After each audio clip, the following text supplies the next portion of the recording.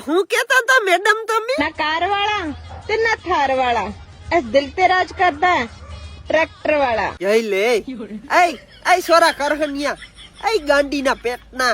અહીંયા મર ને અહીંયા હું ગરજાડા જેવું મો કરીને બેઠો રોગો લીમડા સાઈ અહીંયા મર એક વાત કહું અહીંયા ગુડા ને હવે હું કેતો તો થાર લેવી જા મેડમ શું કે